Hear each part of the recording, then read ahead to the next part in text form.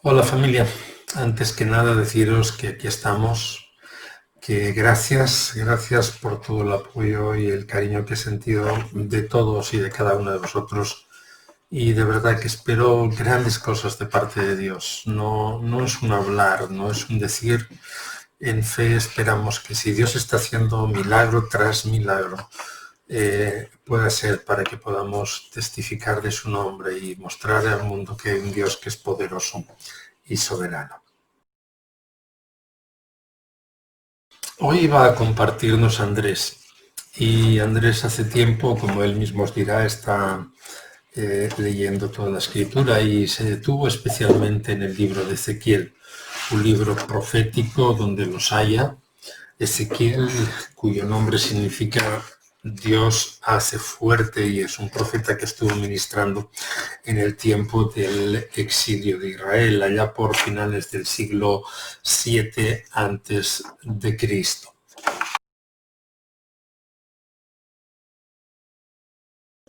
Para que tengamos un poquitín la idea del libro, el libro lo podemos dividir a grosso modo todo y su extensión en tres partes. La primera parte sería el juicio de Dios sobre Jerusalén, la segunda sobre las naciones extranjeras, y luego podemos ver con mucha claridad esa gracia preciosa de Dios sobre el pueblo de Israel. Desde esta perspectiva, en su teología, Ezequiel nos habla de tres cosas. La primera de ellas, la santidad y la trascendencia de Dios. En la segunda parte del libro nos habla de la gracia y la misericordia de Dios. De Génesis a Apocalipsis abunda su gracia y su misericordia. Y el tercer aspecto, muy importante, la soberanía de Dios sobre el reino de Israel y sobre todos los gentiles, es decir, sobre todo, tanto creyentes como no creyentes, Dios es un Dios soberano sobre todas las cosas.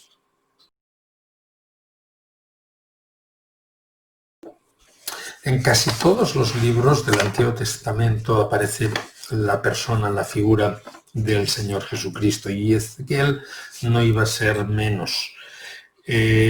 En Ezequiel podemos ver esa gloria de Dios sobre el templo, y esa gloria de Dios sobre el templo es una manifestación de lo que tenía que venir. Cuando Juan en el capítulo 1, versículo 14 nos dice que vimos su gloria como del unigénito del Padre, lleno de gracia y de verdad, estaba haciendo esa referencia a ese templo que en su día tuvo la gloria del Señor, y estaba haciendo referencia a ese Jesús que encarnado vino y llenó el templo de Dios de la gloria.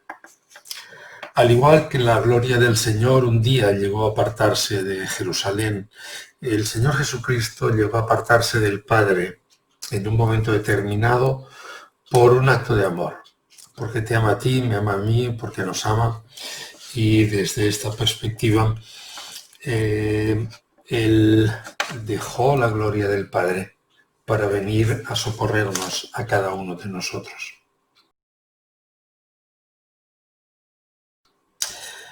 Andrés en esta tarde va a hablarnos un poquito de esto. Nos va a hablar de cómo Dios cuida a los justos y de que siempre es por su gracia. Así que, Iglesia, vamos a estar atentos a lo que Dios quiere decirnos en esta tarde, y pedimos en el nombre de Jesús que el Espíritu Santo de Dios trabaje en nuestras vidas, en nuestro corazón, y nos permita de alguna forma reconocer lo mejor de Dios para que sigamos caminando con nuestro corazón puesto en plena confianza en Él. Dios os bendice, nos vemos pronto.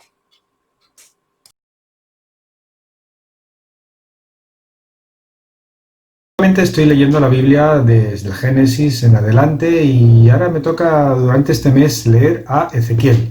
Y en Ezequiel he leído un mensaje que me ha impactado bastante y que quizá me identifica con la situación que estamos viviendo ahora con el COVID y todos estos problemas añadidos de salud, de trabajos, etc. Entonces vamos a abrir nuestra Biblia un momentito y vamos al libro de Ezequiel. y estamos en el capítulo 14.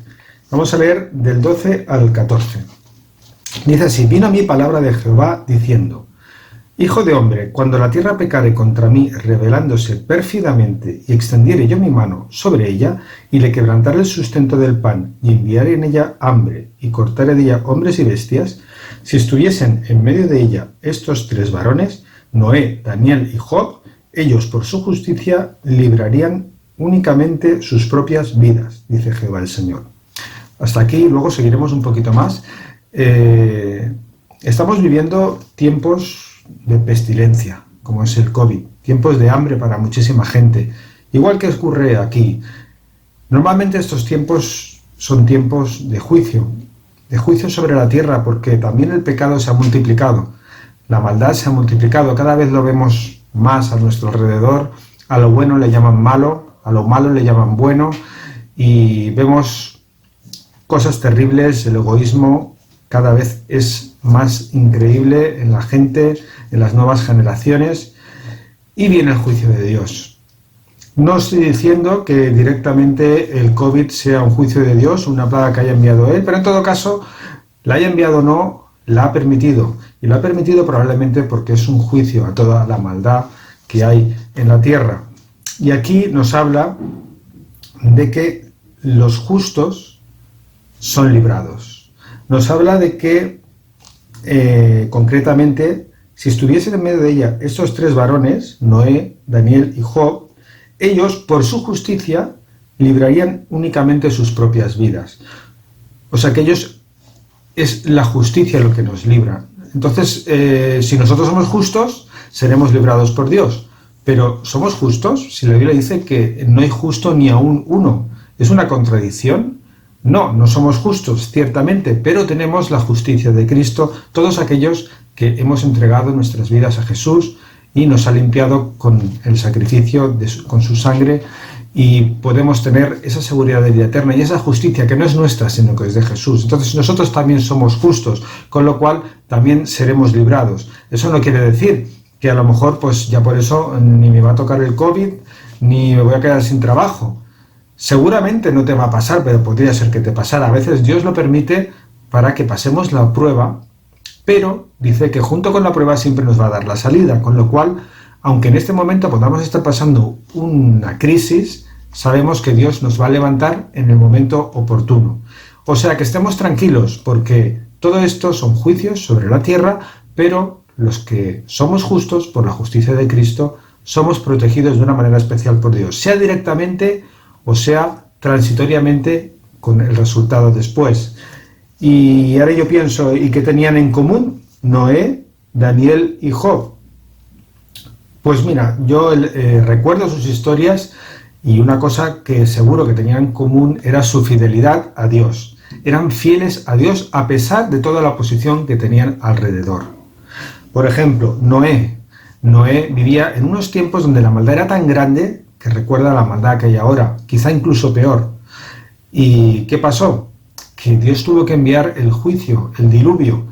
Y además de que la gente era totalmente opuesta a Noé, no solo eso, sino que además seguramente se reían de él porque estaba construyendo un arca en medio de la montaña, sin agua alrededor, diciendo, ¿pero qué estás haciendo? ¿Estás loco? Entonces toda esa oposición que tenía alrededor no le hizo dejar de ser fiel y quiso seguir obedeciendo a Dios hasta el final, lo cual le salvó. ¿Qué decimos de Daniel? Daniel también estuvo dispuesto a dar su vida por su Dios, porque él estuvo dispuesto a ir hasta un horno de fuego, o hasta el foso de los leones, perdón. ¿Y qué pasó?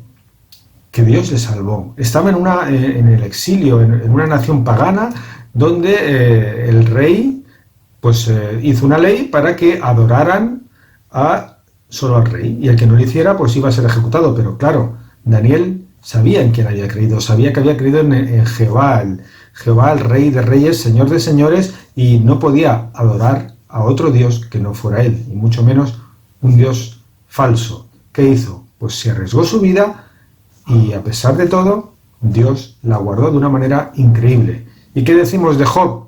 Pues lo mismo. Job lo tenía todo, y de repente lo fue perdiendo todo, inclusive la familia, la salud, Y llegó un momento que hasta su mujer le dijo, muérete y maldice a Dios. ¿Pero qué hizo él? Confió en Dios, a pesar de haberlo perdido todo, y eso le fue contado por justicia. Entonces Dios luego le repuso mucho más de lo que él tenía antes. Entonces fue fiel hasta el final. Esas tres cosas tenían en común y por eso Dios les libró. Y si seguimos leyendo, vemos un poquito más abajo, en los versículos 19 al 20, dice así: os enviaré pestilencia sobre esta tierra y derramaré mi ira sobre ella en sangre, para cortar de ella hombres y bestias, y estuviesen en medio de ella Noé, Daniel y Job. Vivo yo, dice Jehová el Señor, no librarán a hijo ni a hija. Ellos, por su justicia, librarían solamente sus propias vidas. Es curioso, aquí se añade esa frase de que no librarían ni a sus hijos ni a sus hijas. Entonces nosotros pensamos, qué terrible, ¿no? O sea, Dios te va a librar a ti, pero la promesa es solo para ti, no para tus hijos ni para tus hijas, ¿no? Y alguno pensará, pero esto se contradice a lo mejor con aquel versículo que dice que le dijo Jesús a aquel legionario romano, cree en Jesús y serás salvo tú y tu casa. Claro, pero es que esa promesa era para él, en concreto, específicamente, no podemos generalizar. Cada uno es responsable de su propia salvación. La decisión que tú tomes respecto a Dios es la que te va a salvar. Y que tus padres sean creyentes no te va a salvar a ti. Te va a ayudar ciertamente en el sentido de que te van a guiar por el camino, pero la decisión última la tienes que tomar tú.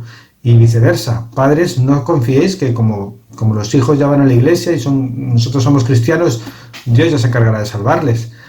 Dios va a intentar que se salven, te va a ayudar a ello, pero la decisión la han de tomar ellos. Entonces la responsabilidad es más tuya, como padre, de predicar a tu hijo, de no dejarlo, bueno, ya decidirá de mayor. Sí, claro que tiene que decidir él, pero tienes que guiar, instruir en la palabra de Dios para que cuando tenga que tomar esa decisión recuerde esa enseñanza. No puedes descansar solo en la escuela dominical o en los domingos en la iglesia. Tienes que sembrar la palabra cada día en la vida de tus hijos, cada día orar con ellos, cada día orar por ellos y cada día leer la palabra con ellos, pasar un tiempo juntos sembrando esa palabra en el corazón de tu hijo, porque su vida eterna depende de ello, yendo a la iglesia todos los domingos y siendo un ejemplo para él en ello. Y, por supuesto, aprovechando los ministerios de la iglesia que también tratan con los hijos. Es tu responsabilidad y lo que tú decidas hacer en cuanto a la siembra puede provocar un efecto en la eternidad de tu hijo. Es la responsabilidad, su alma es tu responsabilidad. Entonces no puedes dar por hecho que se va a salvar, depende de lo que tú siembres, pero sobre todo de su decisión. Y su decisión la tomará en función de lo que tú hayas sembrado también. Por lo tanto, para acabar, estate tranquilo con todo lo que está pasando alrededor nuestro. Dios cuida a los justos y si tú has entregado tu vida a Cristo, estás cubierto por Él. Y aunque puedas tener algún problema o puedas contagiarte o puedas perder el trabajo, Dios te va a levantar. Dios tiene un propósito, Dios tiene su mano puesta y sus ojos puestos en sus hijos y todo lo que pasa es juicio en la tierra, tiene que pasar, pero nosotros hemos de estar anclados en la roca que es Él, confiando en sus promesas y sembrando también en nuestros hijos la palabra para que ellos también se salven. O sea que, palabras de ánimo, sigue adelante y mantén tus ojos en Jesús.